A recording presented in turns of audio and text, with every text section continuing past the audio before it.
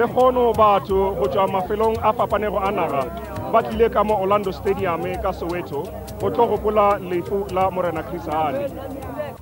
Today we gather to pay homage to one of South Africa's greatest sons, Chris Martin Tembisile Hani. Today, we gather to commit ourselves to the ideals for which Chris Hani stood. Today, we remember Chris Hani, that Chris Hani paid the supreme sacrifice so that we could be free and enjoy a better life. As we bow our heads, we should remember what Chris Hani said and did during his life of service to the African National Congress, to Umkhonto weSizwe, the South African Communist Party, and to the people of South Africa. He was truly a great patriot. He was truly a man of peace.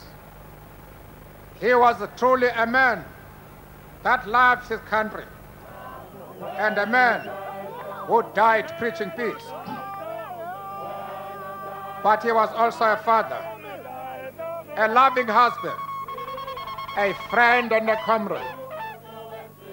The best way we can honor the memory of Chris Hani, the greatest monument we can build in his honor, is to elect a democratic government on the 27th of April to bring peace and security and a better life for all our people. A better life is what our people deserve. A better life is what we, the African National Congress, intend to give our people. Brothers and sisters, friends, our country is going through a difficult time. People are dying daily in crime and violence in this country. Millions of people are unemployed. There is continued war talk by those who do not want peace in our country. I know many South Africans are concerned about where we are going, what the future holds, the violence at the elections. I want you to know that the ideals of Chris Hani for peace, for democracy, for justice are the ideals that we, the African National Congress, have fought for over 80 years. Chris Hani knew our people, that our people want peace.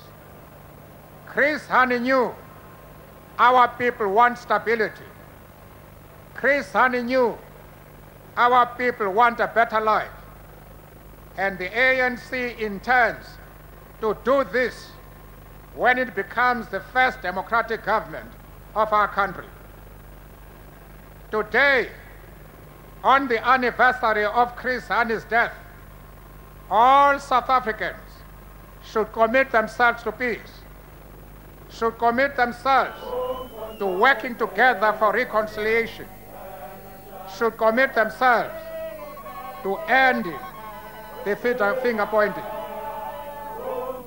It is time, I believe, that each one of us must assume responsibility for putting an end to crime and violence. I want to assure you, the ANC will take responsibility. I want to assure you that the ANC is doing everything possible to bring peace and a better life for all South Africans.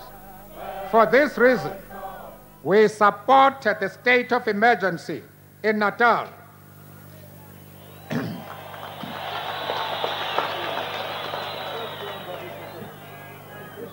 The state of emergency has one purpose only: to protect life and property, to allow people to exercise their democratic right to participate in the coming elections in Natal.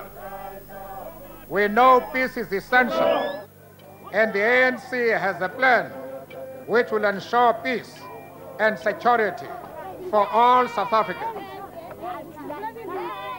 The ANC will deal firmly with violence and crime with a plan for community policing, gun control, and a campaign for real political tolerance and respect. But the enemies of peace are also unemployment, poverty, illiteracy, and bad living conditions. To support and build peace, we must improve people's lives. As Chris Hani said 10 days before his tragic death, and I quote, "The ANC will have to fight a new enemy. That enemy would be another struggle to make freedom and democracy worthwhile to ordinary South Africans. Our biggest enemy would be what we do in the field of socio-economic restructuring, creation of jobs, building of houses, schools, medical facilities, overhauling our education, eliminating illiteracy, building a society which cares and fights corruption," unquote.